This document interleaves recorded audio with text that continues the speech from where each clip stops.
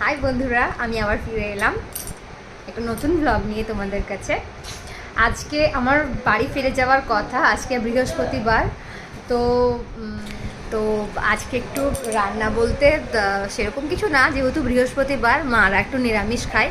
আমি যেহেতু নিরামিষটা খাই না বৃহস্পতিবার, অনলি মানডে অর্থাৎ সোমবার খাই। সোমবারটা আমি খুব পালি।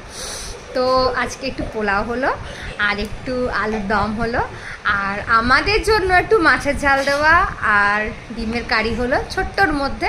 সব কমপ্লিট করে এতক্ষণ একটু বসলাম। আজকে আমার লুকটা এরকম। আজকে এই টি শার্টটা যদিও আমার নয়, তবু আজকে ভীষণ গরম লাগছিল রান্না করতে করতে, তো তার জন্য চেঞ্জ করে নিলাম। টি শার্টটা হাতের কাছে ছিল, ওটাই পরে নিলাম।